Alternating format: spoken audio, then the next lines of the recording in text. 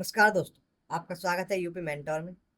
तो हम आज पढ़ेंगे हिंदी व्याकरण व भाषा, जिसके हमने top 100 most one liner questions लिए हैं, जो कि बहुत ही ज़्यादा इंपॉर्टेंट है आपके लिए, जो कि यूपी एग्जाम और UP constable, UP triple SC और जो भी अन्य परीक्षाओं के लिए बहुत ही ज़्यादा इंपॉर्टेंट है, जैसे यूपी टेट हुआ, यूपी कांस्टेबल हुआ।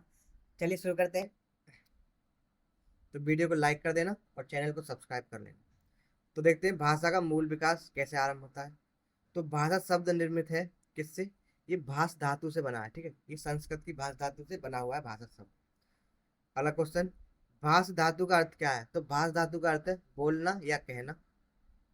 हिंदी की आदि जननी किसे कहा जाता है? तो संस्कृत को हिंदी की आदि जननी कहा जाता है। हिंदी की जननी ये है अपभ्रंश, ठीक है। आदि जननी है संस्कृत, और अगर जननी आए तो कहेंगे हम अपभ्रंश, ठीक है। याद रखना है आपको ये डिफरेंस।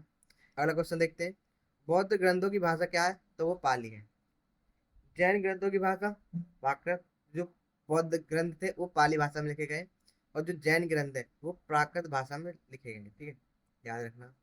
भारत की प्रथम देश भाषा कौन सी है? तो वो है पाली भाषा। प्राचीनतम जनभाषा, तो वो प्राकृत भाषा, ठीक है। जो कि जन भाषा थी, लोगों की भाषा थी, प्राचीनतम है ये, ठीक है। चलिए आगे देखते हैं। अब देखेंगे भाषा का ऐतिहासिक कालखंड। तो सबसे पहले संस्कृत भाषा आई, जो कि 1500 ईसा पूर्व से 500 ईसा पूर्व तक बोली जाती थी। उसके बाद पाली भाषा का विकास होता है ना। फिर उसके बाद पाली से प्राकृत आई, और प्राकृत से अपभ्रंश, और अपभ्रंश से आई है हिंदी, ठीक है। तो ये क्रम आपको याद रखना है, कि कई बार परीक्षाओं में पूछा गया है, ठीक है। और इसका हम वो भी देख लेते हैं वर्ष। तो पाली भाषा 500 ईसा पूर्व से 1 ईसा पूर्व तक, और फिर उसके बाद प्राकृत 1 ईसा पूर्व से 500 ईसा पूर्व तक। फिर आती है अपभ्रंश, जो कि 500 ईसा पूर्व से 1000 ईसा पूर्व तक चली। फिर है हिंदी, जो कि 1000 ईसा ईसवी से अब तक चली आ रही है, ठीक है। आपको इसका जो कालक्रम है और इसका जो ये क्रम है, ये जरूर याद रखना है। चलिए आगे बढ़ते हैं। भाषा, राजभाषा और आयोग देखेंगे। हिंदी भारत की क्या है? तो हिंदी भारत की राजभाषा है, ठीक है। राष्ट्रभाषा नहीं है हिंदी, कैसी भाषा है? राजभाषा है, मतलब कि राजकाज की भाषा है, ठीक है। फिर अगला क्वेश्चन देखते हैं, राजभाषा का दर्जा जो किस अनुच्छेद में है? तो ये है अनुच्छेद 343 में, या अनुच्छेद 343 एक में। अगला क्वेश्चन देखते हैं, अपभ्रंश का सर्वप्रथम प्रयोग, तो ये हुआ पतंजलि के महाभाष्य में। इंपोर्टेंट क्वेश्चन है। फिर है अपभ्रंश को डे डे भाषा कहा किसने? तो ये किशोरी दास वाजपेयी ने इसे अने भाषा कहा गया है, ठीक है। अगला क्वेश्चन देखते हैं, प्रथम राजभाषा आयोग तो कौन सा था? ये आया था 1955 में, जिसके अध्यक्ष थे बीजी खैर। अगला क्वेश्चन देखेंगे, विश्व हिंदी दिवस कब मनाया जाता है? तो ये 10 जनवरी को मनाया जाता है।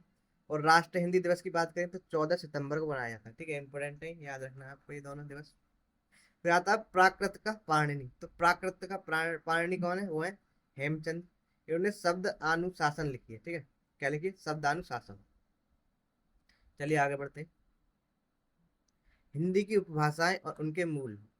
तो देखते हैं, हिंदी में कुल कितनी उपभाषाएं? 5 उपभाषाएं और 18 बोलियां हैं। तो एक है मागधी अपभ्रंश, जो कि बिहारी हिंदी है, ठीक है। फिर है अर्धमागधी अपभ्रंश, जिसमें हम पूर्वी हिंदी बोली जाती है। फिर आता है सौर सैन्य अपभ्रंश, जिसमें हम पश्चिमी हिंदी, राजस्थानी हिंदी और पहाड़ी हिंदी, जिसे हम खसबी कहते हैं, ये किस में बोली जाती है? तो ये सौर सैन्य अपभ्रंश में बोली जाती है, ठीक है? चलिए आगे देखते हैं, पश्चिमी और पूर्वी हिंदी का वर्गीकरण देखते हैं। तो जो पश्चिमी हिंदी है उसमें 6 बोलियां आती हैं, जैसे कि खड़ी बोली, जिसे हम कौरवी भी बोलते हैं। इसका आकार बहुल है, ठीक है, बहुत बड़ा। और इसका नामकरण किया था धीरेन्द्र वर्मा और राहुल सांकृत्यायन ने, ठीक है। इंपोर्टेंट है, फैक्ट याद रखना आपको। फिर आती है पश्चिमी हिंदी में हरियाणवी, जो कि आकार इसका भी बहुल है। और फिर आती है ब्रज, उसके बाद कन्नौजी, बुंदेली और दक्षिणी। तो ये 6 बोलियां आती हैं पश्चिमी हिंदी में। फिर देखते हैं पूर्वी हिंदी। तो पूर्वी हिंदी में 3 बोलियां आती हैं, जिसमें अवधी, बघेली और छत्तीसगढ़ी आती हैं, ठीक है। इंपोर्टेंट है, याद रखना है इन्हें।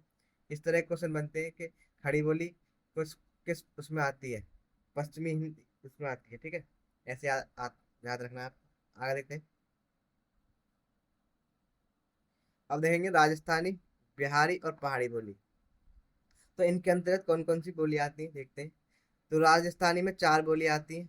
पश्चिमी, जो कि मारवाड़ी है, और इसमें टय वर्ग की बहुलता होती है। फिर है पूर्वी, जो कि जयपुरी, ढूंढाड़ी, और उपबोली है जिसकी हाड़ौती। फिर आती है उत्तरी, उत्तरी में होती है मेवाती, और दक्षिणी में मालवी। तो ये 4 बोलियां राजस्थानी के अंतर्गत आती हैं, ठीक है। कौन सी? पश्चिमी, पूर्वी, उत्तरी और दक्षिणी। फिर है बिहारी। तो बिहारी में 3 बोली आती है, जिसका नामकरण किया था जॉर्ज ग्रेसम। तो इसमें बिहारी में बोली जाती है भोजपुरी, मैथिली और मगही, ठीक है। तो भोजपुरी क्या है? एक कार बहुल है, जिसका नामकरण रेमंड ने किया था। चलिए देखते हैं पहाड़ी। तो पहाड़ी बोलियों में आती हैं 2 बोलियां। कौन कौन सी? कुमाऊनी और गढ़वाली, ठीक है। ये दोनों पहाड़ी में बोली जाती है, कुमाऊनी और गढ़वाली। और बिहारी में भोजपुरी, मैथिली और मगही। तो चलिए याद रखना आपको, इम्पोर्टेंट है। अब देखेंगे हम महत्वपूर्ण विलोम शब्द। अथ, अथ का विलोम क्या हो जाएगा? इति। अतीत का है भावी, और अज्ञ का विज्ञ। अध, अध का हो जाएगा उर्दू, ठीक है। फिर है अध, अध का अंग। अमिस, अमिस का विलोम हो जाएगा निरामिस। अग्र का अनुज, और अवनी का अंबर। और अधम, अधम का हो जाएगा उत्तम। अल्पज्ञ का बहुज्ञ। अमर का अमृत। अपव्यय का मितव्यय, ठीक है। तो ये पूछे गए हैं पिछले एग्जाम्स में, ये वही इंपॉर्टेंट क्वेश्चन लेके आए हम, ठीक है। याद रखना है आपको। फिर है प्रत्यक्ष। तो प्रत्यक्ष का परोक्ष या अप्रत्यक्ष। और फिर अधमूल्यन, अधमूल्यन क्या हो जाएगा? अवमूल्यन, ठीक है। फिर है संधि। तो संधि का विलोम हो जाएगा विग्रह। चलिए आगे बढ़ते हैं। तो वीडियो पसंद आ रही है तो लाइक जरूर कर देना। अब देखते हैं महत्वपूर्ण विलोम।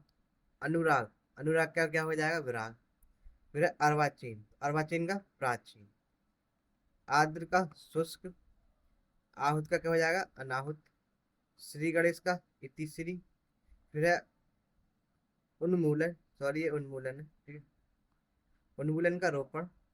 फिर उन्मीलन, तो उन्मीलन का निमीलन, ठीक है। याद रखना इंपॉर्टेंट है। फिर है उपत्यका, तो उसका हो जाएगा अधिपत्य का, ये भी important। फिर है उद्धत, उद्धत का विनीत। ऋत का अनृत। औरस का जारस। और मिश्रण का हो जाएगा रुक्ष, ठीक है, इंपॉर्टेंट। जंगम का स्थावरी, कई बार पूछा गया है पिछली बार। व्यष्टि का समिष्टि। और दृष्टि का हो जाएगा प्रलय, ठीक है। तो हमारे इंपोर्टेंट विलोम शब्द हो गए हैं। तो चलिए आगे देखते हैं। अब देखेंगे हम सर्वाधिक पूछे जाने वाले मुहावरे, जो कि पिछले एग्जाम्स में कई कई बार पूछे। अब देखते हैं। अंडे सेना, तो अंडे सेना का मतलब घर में खाली बैठना। फिर है अगला, अपना उल्लू सीधा करना, मतलब अपना स्वार्थ सिद्ध करना। एक आंख से देखना, तो एक आंख से देखने का मतलब है सभी को समान भाव से देख। फिर अगला क्वेश्चन है, कागज की नाव, मतलब ना टिकने वाली वस्तु। काठ का उल्लू, इसका अर्थ होता है महान मूर्ख, ठीक है, काठ का उल्लू। फिर है गुदड़ी का लाल, साधारण व्यक्ति में असाधारण व्यक्तित्व, तो उसे क्या कहेंगे? गुदड़ी का लाल। कुएं में भांग पड़ना, मतलब सबकी बुद्धि भ्रष्ट होना। छाती पर मूंग दलना, परेशान करना या कष्ट देना, फिर इसे कहते हैं छाती पर मूंग दलना। चलिए आगे देखते हैं। सर्वाधिक पूछे जाने वाले हैं ये, तो ये याद रखने हैं आपको। फिर है टाट उलटना, मतलब कि दिवालिया होना, इंपोर्टेंट है। ठकुर सुहाती करना, मतलब हाँ में हाँ मिलाना। टेढ़ी खीर बहुत कठिन कार्य है। ढाक के 3 पात, मतलब सदा एक सी हालत में रहना, ठीक है। और ठकुर सुहाती करना मतलब हाँ में हाँ मिलाना, इंपोर्टेंट है। फिर है 3 तेरह होना, मतलब तितर बितर हो जाना। अगला क्वेश्चन है थाली का बैगन, मतलब अस्थिर विचारों वाला, कभी इधर लड़ता है कभी इधर लड़ता है, ठीक है, बदलते रहते हैं जिसके विचार। रंगा सियार, मतलब कपटी आदमी, इसे क्या कहेंगे? रंगा सियार। फिर है हथेली पर सरसों उगाना, मतलब कि असंभव कार्य करना। चलिए आगे देखते हैं। अधगल गगरी छलकत जाए, मतलब अधूरे ज्ञान वाला व्यक्ति स्वयं को श्रेष्ठ समझता है। फिर अंधों में काना राजा, मतलब मूर्खों में कम ज्ञान वाला भी पूजित होता है, ठीक है। फिर अरहर की टट्टी गुजराती ताला, मतलब अनमेल प्रबंधन, ठीक है, इंपोर्टेंट है, याद रखना।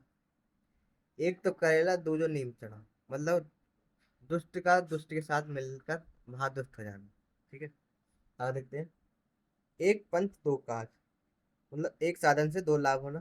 ठीक है, तो चलिए आगे देखते हैं। अब है कंगाली में आटा गीला, मतलब विपत्ति में और विपत्ति आना, इसे क्या कहेंगे हम, कंगाली में आटा गीला। का वर्षा जब कृषि सुखाने, मतलब अवसर निकलने पर पछताना। ठीक है, इंपोर्टेंट है। घर का जोगी जोखड़ा, आन दसन आन, गांव का सिद्ध, अपने घर में सम्मान ना मिलना। ठीक है, इंपोर्टेंट है। फिर देखते हैं, छछूंदर के सिर पर चमेली का तेल, मतलब अयोग्य व्यक्ति को मूल्यवान वस्तु को मिल जाना। ठीक है, इंपोर्टेंट है।